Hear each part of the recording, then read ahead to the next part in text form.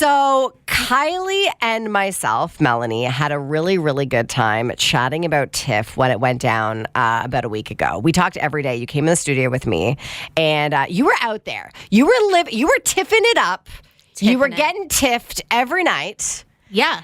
And I was missing out on the tiffage, a little bit jealous, wanted to live my life through you and your tiffing. So you came in and you gave me updates every day of what went down during TIFF. I mean, how many times can we say tiffing in this? I mean, the break is about tiffing, so as many times as we want.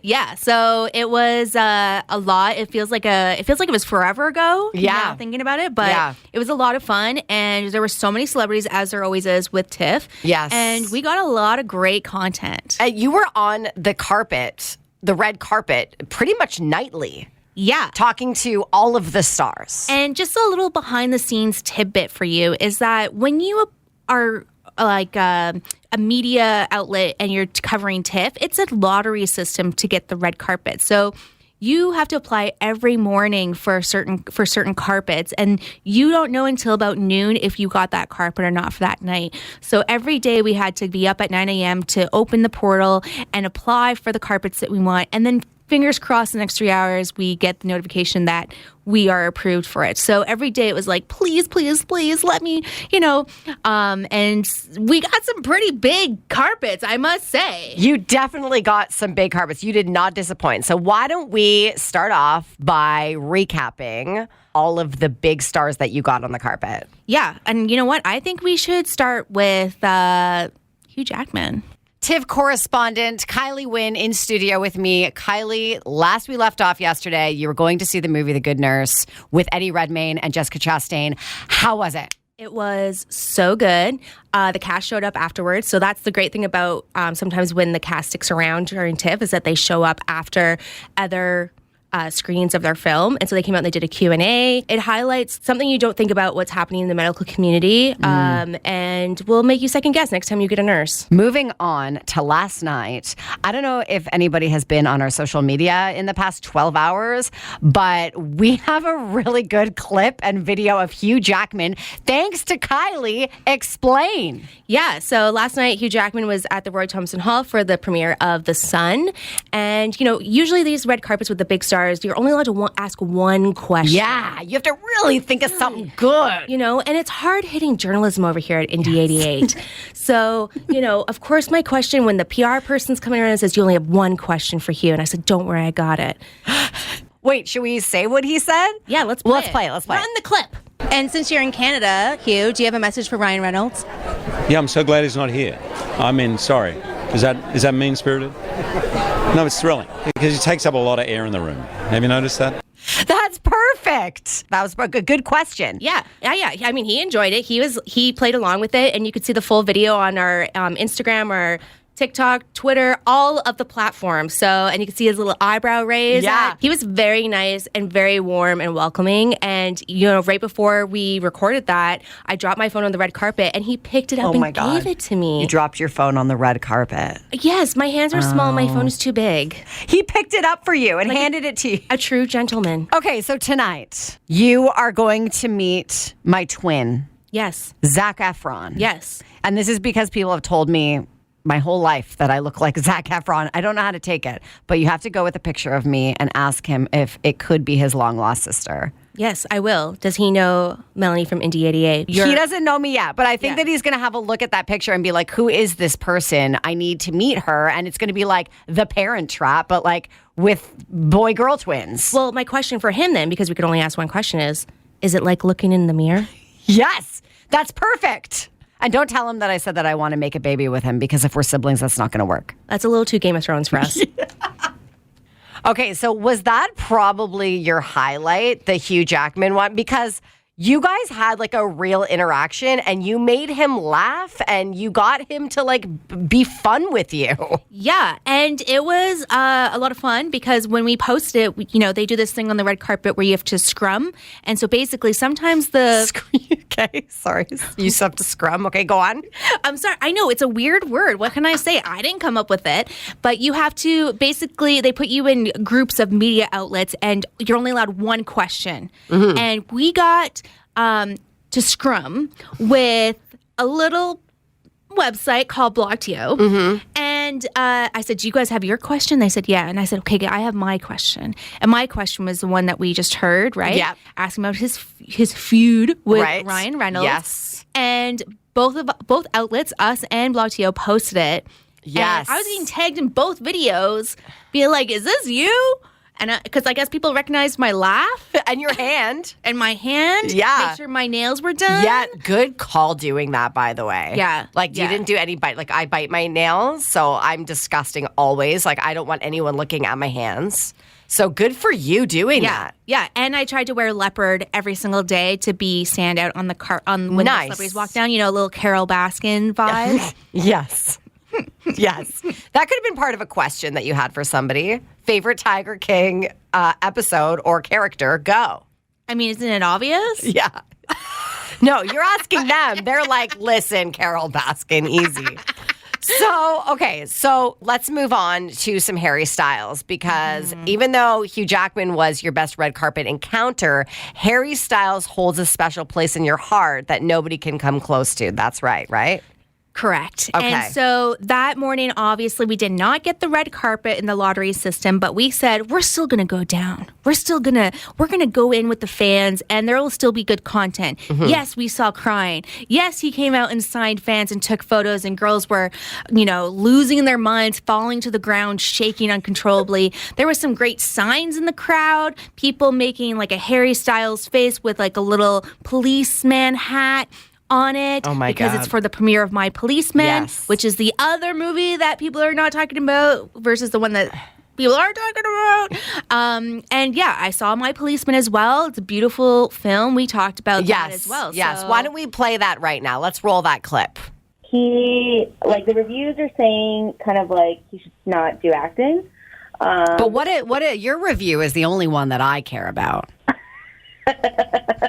So basically, I thought it was very obvious that he was with two great actors in scenes with the other two cast members, and I think that he was having a hard time keeping up. Kylie, you are a humongous Harry Styles fan. Are you recording this?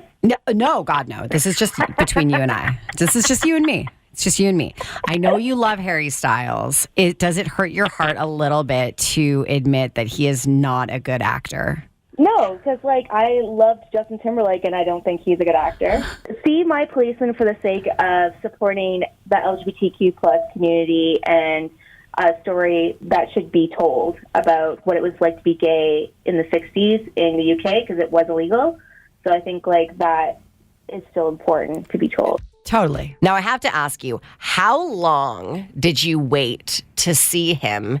And how much did you actually see him? Like, how long did you wait? And then how long was the encounter?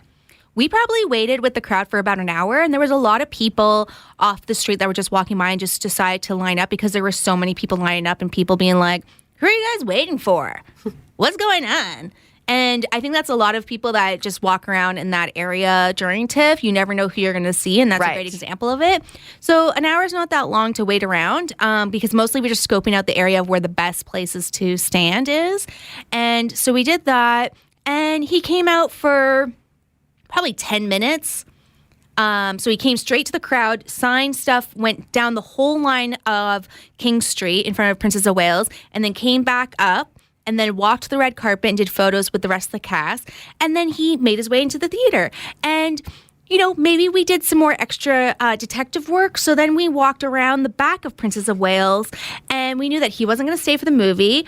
And so he did the introduction with the rest of the cast for My Policeman. And then he left and he came out the back door and he came over and he waved at everyone. And there wasn't that big of a crowd back there. So it was actually pretty easy to see him.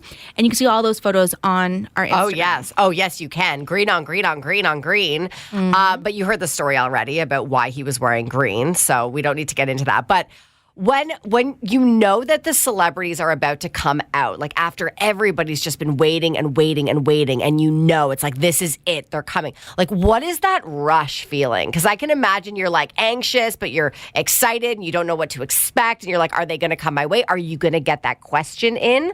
Like, what is that feeling like? I've never had that. Well, the first thing I do is put my phone on Do Not Disturb. Because Okay. I have definitely been like about to take a selfie with, say, John Hamm, and my friend calls me and I'm like, I'm sorry. And then he just moves on to the next person. Oh no! I would be So, pissed at that yeah. friend. Pissed. Yeah. I have gone to taken a selfie with myself and a celebrity before. It was Ed Helms, who is the nerd dog, obviously from The Office, been in many things.